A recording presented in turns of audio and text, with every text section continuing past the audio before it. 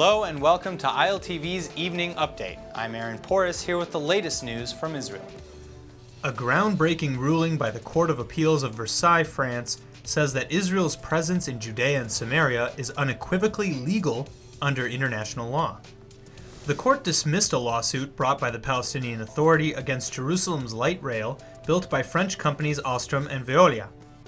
The tracks built by the French companies traveled into Palestinian neighborhoods, but the court ruled on the legal rights of Palestinians and Israelis in the region and declared in 2013 that the Palestinians have no right in the legal sense to the region, unlike Israel, which is legitimately entitled to all land beyond the 1967 ceasefire or Green Line.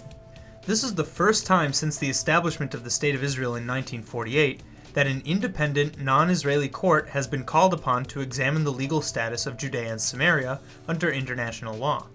While the court's findings have no effect on international law, they do have the utmost importance, which is to clarify the legal reality.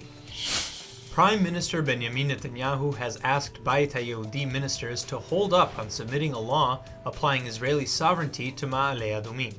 Netanyahu said Israel needs to work a while with US President Donald Trump before taking any significant political steps.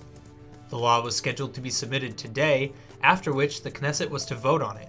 Netanyahu reportedly called Habayit HaYehudi party leader Naftali Bennett on Friday and asked him to wait on the bill.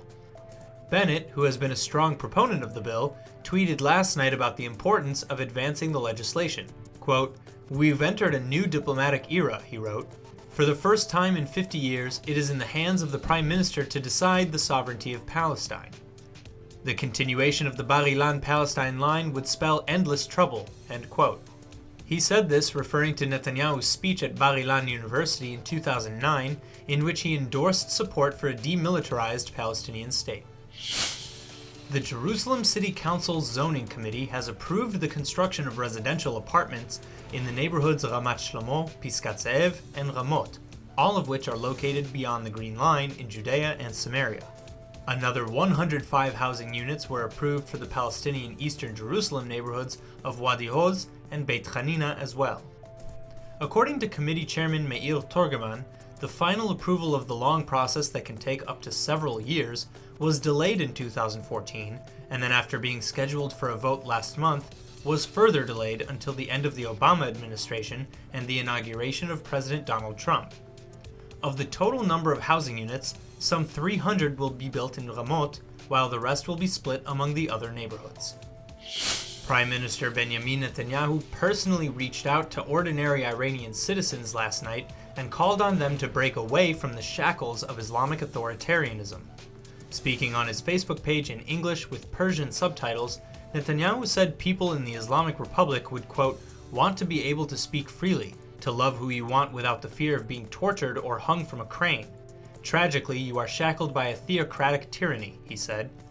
"In a free Iran, you will once again be able to flourish without limit. But today, a cruel regime is trying to keep you down," end quote. Netanyahu said that he plans to speak soon with United States President Donald Trump about how to counter the threat of the Iranian regime and hopes to convince the president to take a tougher stance against their government. An international study of the HIV virus in Africa has concluded that male circumcision significantly curbs the spread of all HIV variants.